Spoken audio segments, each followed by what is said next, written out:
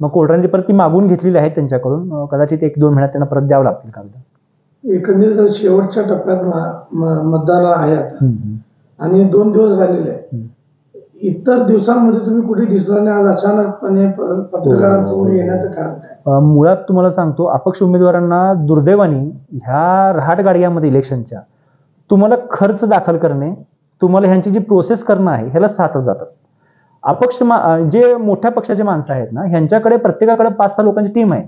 पण आता मी गरीब आहे, मी 5-6 लोक कामाला ठेवू शकत नाही त्या प्रोसेससाठी. तुमचा खर्च भरवण्यासाठी तुम्हाला एक माणूस कंटिन्यूस 24 तास लागेल, जे होतंय ते. आणि दुसरी गोष्ट अर्थकारण. अर्थकारणामध्ये तुम्ही कमी पडत असाल तर तुम्ही तुमच्या रेंजप्रमाणेच प्रचार करणार. हां, माझ्याकडे जर भरपूर पैसा असेल तर मी मोठ्या प्रमाणात प्रचार करेन. माझ्याकडे पैसा कमी असेल तर थोड्या प्रमाणात करेन. पण ही जी मॅन पॉवर आहे, ही मॅन पॉवर सामान्य माणूस लावू शकत नाही. पण सामान्य माणसाकडे पैसा नाही म्हणून लढू नये का? तर मी माझे विचार मांडायला मी लढतोय आणि माझा पैसा नसल्यामुळे माझा प्रचार तुम्हाला दिसत नाहीये. कदाचित भविष्यात माझ्याकडे पैसा असेल, मी प्रचार पण करू शकेन. निवडणूक निर्णय अधिकारी किती लाखाचं टार्गेट दिलं, म्हणजे कितीपर्यंत खर्च करू शकतो? 90 लाख रुपये वैयक्तिकरित्या खर्च करू शकता आणि पक्षांतर्गत 1,25,00,000 खर्च होऊ शकतो. म्हणजे एकूण? हो, म्हणजे 2 करोड रुपये सरासरी दोन्ही पक्ष आणि वैयक्तिक खर्च धरून 2 करोड पर्यंत जाऊ शकतो. 2 करोड रुपयापर्यंत दोन्ही उमेदवारांनी केलं का? राम सातपुते आणि प्रणिती शिंदे. सरळ गोष्ट आहे. एक माणूस तुमच्या सभेला येण्यासाठी तुम्हाला 500 रुपयाची तजवीज बनवावी लागते. ही अनधिकृत तजवीज आहे. ह्याचा हिशोब लावला तर एका सभेच्या दोघांच्या एकेका सभेचा खर्च 4-4 कोटी येतो. ऑफिशियल रेकॉर्ड्सवरती जे खर्च आहे तो वेगळा असतो, अनऑफिशियल खर्च वेगळा असतो. एकंदरीत ही निवडणूक फक्त लोकांना पैसे देऊनच सुरू असते असं तुम्हाला सांगायचं? निवडणुकीमध्ये सोलापूर ह्या भागामध्ये पैशावर होती का होती? कारण सोलापूरचा हा कामगार वर्ग आहे. ह्या लोकांना 500 रुपये ही मोठी रक्कम आहे. जर तुम्ही पुण्यामध्ये 500 रुपये घेऊन गेला तर तुम्हाला कोण उभावी करणार नाही दारात. परंतु जर सोलापूरने 500 रुपये घेऊन नाही बाबा, ही लक्ष्मी आहे बाबा माझ्याकडे आली आहे, काय का असेना, लोक काय करतात, भाकर तुकडा घेऊन जाऊन हात ठेव, आई लक्ष्मीची शपथ घे, आई तुळजाभवानीची शपथ घे, कुराण घेऊन जातात आणि तुम्ही शपथ घ्या म्हणतात आणि 500 रुपये देतात. हा कामगार वर्ग आहे, इथं वर्षानुवर्षे रोजगार नसल्यामुळे फार प्रचंड गरिबी आहे. त्याच्यामुळे इथं हे पैशाचा फॅक्टर चालतो.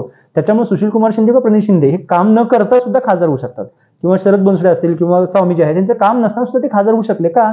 अर्थकारण. त्यांच्याकडे पैसा आहे म्हणून ते खासदार होऊ शकतात.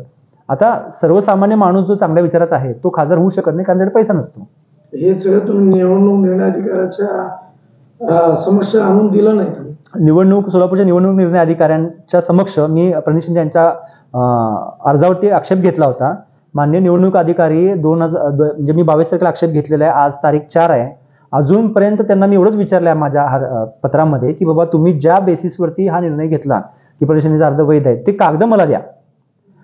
आज 12 दिवस झाले जिल्हाधिकारी साहेबांनी कागद दिलेला नाहीये. म्हणजे जर निवडणूक निर्णय अधिकारी सक्षम असेल, जसं TN शेषन यांच्या काळामध्ये असायचे की खासदार चुकला की त्याच्यावर दंडात्मक होतं, आता तसं राहिलेलं नाहीये. निवडणूक आयोग हा जरासा वीक झालेला आहे. कारण साधी गोष्ट आहे, जर मी अर्ज दिला असेल आणि त्याचा निर्णय झाला असेल तर तो कुठल्या आधारे घेतला हे जिल्हाधिकारी द्यायला पाहिजे. जर मला 12 दिवस म्हणजे माझ्या बाबतीत झालेला निर्णय मिळत नसेल तर बाकीच्या गोष्टीत तर काय अपेक्षाच करणं शक्य नाही. या संदर्भात तुम्ही मुख्य निवडणूक आयुक्तांकडे तक्रार केली का? मुळात जोपर्यंत त्यांनी कशामुळे निर्णय घेतला हे मला कळत नाही, तसं मी निवडणूक आयोगाला तक्रार कसं करू शकतो? मला पहिला ते निर्णय कुठल्या आधारे घेतलाय ते कळलं पाहिजे. निकालाची प्रत देत नाही? नाही, निकालाची प्रत मिळाली मला, पण निकालाची प्रत त्यांनी असा उल्लेख केलेला आहे की निष्कर्ष. हो. मग त्या संदर्भात तुम्ही निवडणूक आयुक्तांकडे केलं नाही का? मुळात हे घेऊन आपण मग निवडणूक आयोगाला तक्रार करतो. कारण कसं आहे, जेव्हा मला कळलं की बाबा ह्यांनी जे लावलेले निष्कर्ष आहेत ते लागू नाही आहेत माझ्या तक्रारीला, तर मात्र मी ते निवडणूक आयोगाकडे तक्रार करू शकतो की बाबा हे ह्यांचं अवैध आहे, ह्यांचं जे नॉमिनेशन पेपर्स आहेत ते अवैध आहेत आणि हे रद्द करावे, म्हणून मी निवडणूक आयोगाकडे जाऊ शकतो. मला कागदच मिळत नाहीत, हे एकदम प्रायमा फेसी आहे आणि हिथंच मी जाणं आणि त्याच्यावर निर्णय होण्याला 1 महिना जाईल, तो तुमचा निकाल लागेल. एकंदर शहरात सुद्धा अशी चर्चा असते काँग्रेस प्रेमी लोकांमध्ये की सचिन मस्के आणि प्रणिती शिंदे यांचा वैयक्तिक वाद आहे, त्यामुळे सगळं सचिन मस्के करतात असं सुद्धा आरोप. हो, 100% असा आरोप करतात. पण मी प्रामाणिकपणे सांगतो, माझ्या आईला कोणी बंदूक दाखवली असेल, माझ्या आईला कोणी अन्यायकारक वागणूक दिली असेल, हे वैयक्तिक नाहीये. कारण हे वैयक्तिक कधी होते माहितीये का? मी एखाद्याच्या म्हणजे त्या व्यक्तीच्या आईला त्रास देत नाहीये किंवा त्या व्यक्तीच्या फक्त पॅराफिल्मेटरसाठी बोलतोय तर ते वैयक्तिक होऊ शकतं. माझ्या परिवाराचा संबंध काय? माझी आई काय स्त्री नाहीये? स्त्री म्हणून जन्मलात म्हणून काय तुम्हाला अन्याय करायचा हक्क दिलेला आहे? तुमच्या हातात गृह खातो म्हणून तुम्ही लोकांच्या घरात पैसे म्हणजे पोलिस घालवणार, त्यांच्यावर खोटे गुन्हे दाखल करणार. मग माझ्या बाबतीत जर कोण खोटे गुन्हे दाखल करत असेल, माझ्या घरात कोण पोलिस घेऊन माझं चारित्र्यहनन करण्याचा प्रयत्न करत असेल, मी का सोडावं? मला अधिकार नाही जगण्याचा? माझ्या आईला बंदूक दाखवली, मी का गप्प बसावं? उद्या आज बाईला बंदूक दाखल उद्या सगळ्यांना घरात घुसून मारतील हे लोक, गुन्हेगारी प्रवृत्तीचे आहेत, ह्यांच्या विरोधात लढलंच पाहिजे. मग ह्यांनी काय नाही का, ह्यांच्याकडे कसं आहे, चारित्र्य हनन, त्यांचे चारित्र्य नसताना चारित्र्य झाकण्यासाठी काय करायचं, समोरचा माणूस वेडा आहे, समोरच्या माणसाला मुद्दा म्हणून केलेला आहे, त्याला कोणतरी फितवतं, त्याला कोणतरी असं आहे, ह्याच्याबद्दल अपभ्रंश करायचा, प्रोपॅगंडा करायचा, हा यांचा फॅक्टर आहे. आणि काँग्रेसने आजपर्यंत हेच केलेलं आहे. काँग्रेसच्या उमेदवाराच्या विरोधात जे कोणी असतं त्याचा प्रोपॅगंडा करायचा की तो वाईट आहे, चांगला नाही. आता जर मी वाईट असेल, मी चांगला नसेल, तर साधी गोष्ट आहे, पोलीस यंत्रणा यांच्या हातात होती, हे केंद्रीय गृहमंत्री होते, माझ्याकडे खोटे गुन्हे दाखल करण्याचा प्रयत्न केला, मी एकही गुन्हा का दाखल करू शकलो नाही, कारण माझं चारित्र्य स्वच्छ आहे, माझ्याकडे कुठला डाग नाही. दुसरी गोष्ट, यांच्याकडे गुंड आहेत, 2 वेळा हल्ले केलेत. जर तुमच्याकडं मी जर चोर तुमचा काय ते करत असेल तर माझ्या गुन्हे दाखल मी जेलमध्ये जाईन. जर तुम्हाला गुंडांकरच मर्डर करावं लागत असेल माझा, तर याचा त्यांचं काहीतरी त्यांचं चुकतंय किंवा ते वाईट आहेत आणि ही त्यांची वाईट बाजू झाकण्यासाठी हे प्रयत्न करतात. आता निवडणूक आहे, प्रचाराचा कुठेपर्यंत आलाय तुमचा?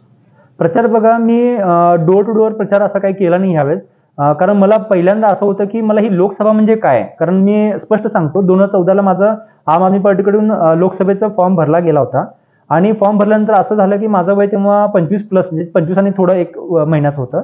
तेव्हा असा निर्णय झाला की ललित बाबर साहेबांचं वय जास्त आहे आणि त्यांना उमेदवारी आपण द्यावी, जेणेकरून त्यांचं हे होईल आणि सचिन आता यंग आहे, तो पुढे उमेदवारी भरू शकतो. मग मला तेव्हा काय झालं की परत पक्षाचा आचार्य निर्णय आला की तुम्ही उभा राहा फॉर्म. पण मला अशी भीती होती की मला फॉर्म भरायचं माहितीच नव्हती प्रोसेस. मग मी ह्यावेळेस पहिल्यांदा 2024 साठी मी फक्त फॉर्म भरण्याची काय आहे ही प्रक्रिया, म्हणजे जे सामान्य माणूस निवडणुकीला जे घाबरतो ते काय असतं ते एकदा मला फेस करायचं होतं आणि मी या फेजमध्ये ते फेस पूर्ण केली आहे आणि इथून पुढच्या काळामध्ये मी पूर्ण तयारी करून उतरणार आहे. सध्या आता दोन्ही उमेदवार राम सातपुते, प्रणिती शिंदे हे प्रचारात आघाडी करायला दिसत आहेत. सगळीकडे त्यांचे प्रचार यंत्रणा मोठ्या प्रमाणात काम करते. तुम्हाला काय वाटतं, कोण येईल निवडून? कोणी आलं तर पराभव जनतेचा होणार आहे.